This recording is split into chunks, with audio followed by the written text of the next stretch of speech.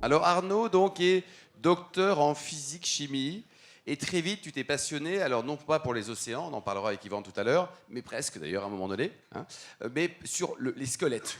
Alors qu'est-ce qui t'a excité quand on est docteur en physique-chimie sur les os et les squelettes? Non, dans l'autre, ça s'est passé dans l'autre sens. C'est un peu un classique. Moi, j'étais jeune, plutôt porté sur la science. Et en 1991, peut-être certains d'entre vous ont connu Science et Vie Junior, qui à l'époque a révolutionné l'accès aux sciences pour les jeunes. Et il y a eu, dans le premier numéro, à l'époque j'avais 14 ans, un schéma avec 77, c'est ça? c'est ça, l'homme augmenté. Alors à l'époque, l'homme augmenté, c'était pas Iron Man, hein, c'était la prothèse de genou, le stent, ce genre de choses. Et ça m'a fasciné parce que on pouvait remplacer des morceaux de l'homme vraiment, au-delà de ce qu'on pouvait voir dans les films. Et le squelette dans son ensemble est passionnant pour plein de niveaux, mais sans pouvoir Et reparler. donc là, tu as travaillé sur, donc tu as commencé là sur une paillasse, et ça s'est fini 5 ans après avec une vraie opération et avec un vrai patient qui n'est pas mort, je suppose. Hein. Ouais, non, non, non, non, non. Et pour le coup, lui il ressemblait beaucoup à Robocop du point de vue de la radio à l'époque. Oui, j'ai ma thèse, j'ai commencé à voilà, à écrire de quoi constituer un produit pour réparer les os. Alors, je ne sais pas si certains d'entre vous ont su faire de fractures, ont eu des prothèses, des choses comme Qui ça. a une prothèse? Ah, mais il n'y a pas de honte, on va pas dire, Non, on va non, pas non. demander où. C'est- Voilà, bah, sachez Voilà. que quand Bon. votre organisme est très touché, si vous avez un trauma important, il ne peut pas se reconstruire tout seul. Donc, on va lui mettre des produits qui ressemblent un peu à du ciment, si tu veux, pour lui permettre de repousser. Donc ça, j'ai créé ça pendant ma thèse. Et effectivement, il s'est passé 5 ans entre les premiers gribouillis et le premier patient qui avait 90 ans, je m'en souviens très bien, à Paris. Il y a eu un brevet sur cette technologie. Ouais. Donc tu as vu de l'idée jusqu'à la réalisation, quoi. Oui, en passant par toutes les étapes intéressantes de l'industrialisation, de la réglementation mondiale, de l'accès dans un hôpital. Et ouais, ouais, ouais. Ensuite, donc tu deviens salarié et c'est en 2016 que tu vas devenir entrepreneur, c'est ça? Ouais, ouais, ouais. Après une période où j'ai dirigé des entreprises de groupes américains. D'ailleurs, j'aurais quelques remarques sur les intégrations, puisqu'on parlait de ça tout à l'heure. Les intégrations ratées, je pense que j'ai un bel exemple. Parce qu'ils connaissaient pas Fabrice. Voilà. Comment on ne tient pas compte de la culture d'une entreprise du nord de la France quand on est un groupe de Los Angeles. Et résultat, 4 ans plus tard, elle disparaît. Mais cette expérience, je l'ai mise à profit dans du consulting. Et après, j'ai créé une boîte le jour où j'ai rencontré quelqu'un qui venait du jeu vidéo. C'est Olivier, ça? Alors ça, c'est mon associé, ça. D'accord. Olivier, ça fait 25 ans que je le connais. C'est ton pote et ton associé? Ouais, ouais, ouais, Ouais. c'est... Et vous avez créé à La Rochelle, donc Abyss Médical. Oui, Et pourquoi La Rochelle? parce qu'Olivier était déjà installé, que moi j'ai grandi en Bretagne, d'où mon lien avec l'océan à une forte période, et que j'ai quitté Paris pour retrouver la mer quand mon fils a dû rentrer à l'école, hein, ceci bête que ça. Ouais. Et donc vous avez décidé de créer quoi, la chirurgie 4.0. C'était quoi, c'est quoi vos concepts et les réalisations aujourd'hui, Arnaud? Ouais, c'est exactement ça. C'est-à-dire que aujourd'hui, en fait, on s'est dit que il n'y avait aucune raison que un chirurgien, une chirurgienne qui arrive au bloc opératoire se sente pas aujourd'hui avec l'état des technologies complètement prêt pour faire une intervention. Vous qui êtes dans la salle, j'ai la joie de vous annoncer que le nombre d'erreurs médicales qu'il y a dans le monde, d'erreurs chirurgicales prévisibles, c'est-à-dire qui n'auraient pas lieu si on avait les bons outils, est à peu près de 40 milliards de dollars par an en termes de conséquences pour les systèmes de santé, et c'est quasi systématique Dans tous les pays, dans même en France. tous les pays, tous les hôpitaux. En fait, Ouais. la raison, elle est simple. Hein. Vous avez des gens qui vont vous opérer de choses extrêmement complexes avec des moyens qui sont très limités finalement, alors qu'on parle d'intelligence artificielle pour des fusions-acquisitions, on aimerait bien parler de technologie pour la chirurgie en fait. Voilà. Donc notre propos, c'est de rassembler un certain nombre de technologies que certains d'entre vous connaissent peut-être dans l'industrie 4.0, c'est-à-dire comment on va construire l'usine du futur avec des systèmes qui communiquent avec le cloud, la réalité augmentée, on va parler des hologrammes, de l'intelligence artificielle, pour pouvoir faire des flux de gestion des patients qui soient le plus rapide et le plus efficace possible. Voilà. Et aujourd'hui, tu vends quel type de produit? Tu en es à quel stade et qui sont tes clients finaux?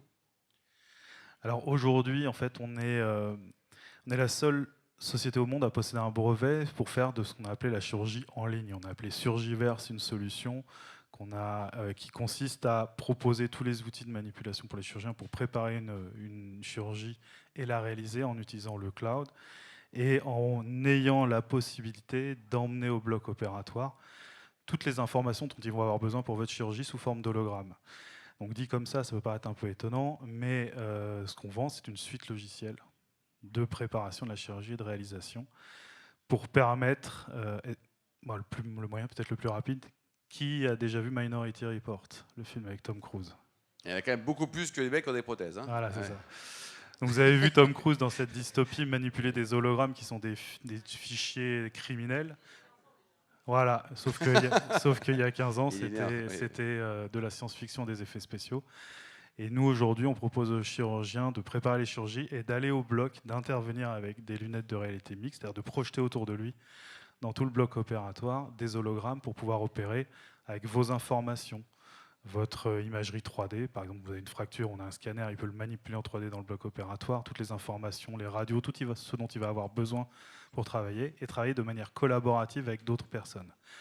Donc pour ceux que ça intéresse et qui ont du mal à visualiser ce que ça veut dire, j'ai une paire de lunettes je pourrais faire quelques démonstrations parce qu'il faut le voir pour le comprendre et le croire surtout. Donc aujourd'hui, c'est un dispositif médical qui a été validé par la FDA aux États-Unis, qui est notre premier marché pour des raisons éminemment réglementaires, parce que l'Europe a changé ses réglementations. Je ne veux pas lui tirer dessus, mais du coup maintenant, aux États-Unis, il faut 3 à 6 mois, en Europe, il faut 12 à 18 mois. Donc moi, j'ai le temps, ma start-up a le temps de mourir 10 fois avant d'avoir une certification. Donc on est en train de se déployer aux États-Unis. Voilà. Ah, donc pour tenir un peu, tu as fait une première levée de 6 millions d'euros, et là, il y en a une de 15 qui est en cours, c'est ça Arnaud? Oui, exactement. On a financé beaucoup l'entreprise au départ, donc notamment grâce à mon associé qui a son temps libre et business angel, exactement, qui s'est déjà réalisé. Et là, on est en train de faire une série A de 15 millions de dollars qu'on chasse particulièrement aux États-Unis parce que la France et l'Europe nous ont beaucoup déçus. Beaucoup déçus. Et dans le capital de l'entreprise aujourd'hui, il y a qui et qui? Dans le capital, en fait, aujourd'hui, il y a donc, mon associé et moi encore majoritaire, et on a intégré, il y a un fonds du Crédit Mutuel qui est dedans, et les autres ne sont que des business angels, mais qui sont des dirigeants d'industrie du dispositif médical. On a l'ancien CEO d'un très grand groupe d'imagerie mondiale que tout le monde connaît. On a des dirigeants qui font des implants pour la chirurgie. Ils vous soutiennent, cela? Oui. Oui, beaucoup. Oui. Je crois. Et alors aujourd'hui, donc le plus haut métier du monde, selon toi, c'est patron d'une PME de croissance, d'une start-up ou océanographe? Ah, ça, c'était mon rêve. J'ai partagé Yvan, ça. il a la réponse. Hein, mais Oui, j'ai voulu être océanographe avant que quelqu'un me dise qu'il n'y avait rien à faire, que c'était un peu bouché. Je pense que c'est probablement le côté océanographe, si je devais parler. Bon, alors côté basket américain, là aux États-Unis, tu y vas souvent, t'aimes bien ça, non? Ouais, au grand désarroi de mon fils qui est un grand fan et que j'ai pas pu emmener encore. Ouais. C'est vrai. Ouais, systématiquement. Je choisis mes déplacements pour faire en sorte qu'il y ait des matchs. C'est vrai? Non, mais j'essaie quand même de les combiner. Pas loin. Toi, côté vin, ton meilleur souvenir, c'était quoi? J'ai plein de très bons souvenirs. Ma plus belle découverte, j'ai du mal à en remettre parce que j'arrive pas à la trouver, c'est un Fleury de la famille Bertrand. Un Beaujolais? Ah, c'est bien ça. Ouais, la cuvée du chaos. Ouais. Si quelqu'un connaît dans cette salle, peut-être qu'il me comprend. J'ai goûté ça, j'ai trouvé ça merveilleux. Fleury? Ah, c'est très confidentiel. Hein. Dommage, parce que c'est introuvable maintenant. Et c'est grande émotion, quoi. C'était fantastique.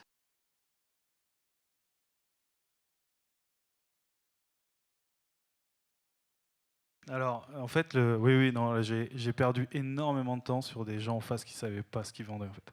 C'est-à-dire que moi, j'arrive avec une start-up, zéro chiffre d'affaires, 5 millions de dépensés en R&D, autofinancé, 8 brevets, un potentiel de marché gigantesque. Mais le digital, tout le monde connaît ChatGPT maintenant. On fait le même sondage il y a 6 mois. Et donc, en Europe et en France, on a beaucoup vu de gens qui voulaient faire du risque avec déjà des factures clients. Et moi, c'est pas du risque, c'est pas possible. C'est pas avec ce que je développe en fait. J'ai pris, je continue à prendre toujours beaucoup de risques. Je suis certain qu'on a raison. Le time to market est peut-être juste comme ça. Mais je pense que c'est surtout la notion de risque. Et puis l'année dernière, ça s'est contracté comme ça, mais ça on l'a compris. Mais avant, j'ai perdu beaucoup trop de temps à des gens. Oui, on fait du risque, Ouais, non, faites pas du risque en fait. Il y a un vrai souci. Là où des Américains sur des potentiels vont pouvoir, alors évidemment ils vont être gourmands, hein, mais mettre 30 millions de dollars, En France, pour aller chercher 500 000 balles, c'était juste pas possible. 5 millions, ça commence à devenir... Malgré BPI France, malgré quelques réseaux... Oui, BPI France nous soutient. Moi, je suis des docteurs SBPI France. Je pense je fais des recommandations pour aller chercher l'argent. On a plus de 3 millions qui ont été cherchés là-bas. Ce qui est pas mal déjà. Non, mais eux nous soutiennent beaucoup, il n'y a pas de souci. Ouais. Je parle vraiment pour financer un vrai déploiement ambitieux.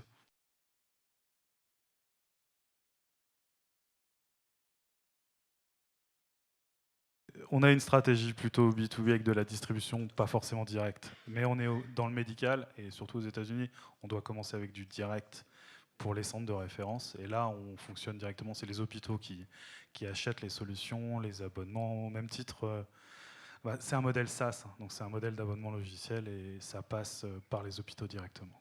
Les clients en France, si tu en as alors, en France, on est en phase de test clinique, parce qu'on n'a pas l'autorisation, et ce seront les clients, les hôpitaux aussi, avec l'exigence plus complexe en fonction du modèle.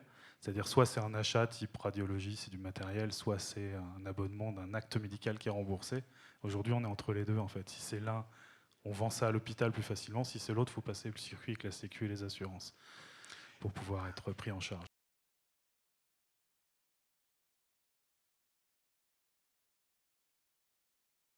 Non, il y a une génération qui est en train de rentrer en plein dedans. En fait, ce n'est pas le problème de la volonté ou de la disponibilité des dispositifs, c'est qui paye quoi. En fait. C'est toujours un peu le même problème.